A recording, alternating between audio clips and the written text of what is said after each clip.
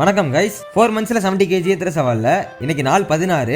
Guys இன்னொன்னு என்னன்னா, நம்ம 1k சப்ஸ்கிரைபர்ஸ் ரீச் பண்ண இன்னும் 80 சப்ஸ்கிரைபர்ஸ் தான் வேணும். அதனால இன்னும் யாரெல்லாம் நம்ம சேனலை சப்ஸ்கிரைப் பண்ணலையோ மறக்காம சப்ஸ்கிரைப் பண்ணிக்கோங்க.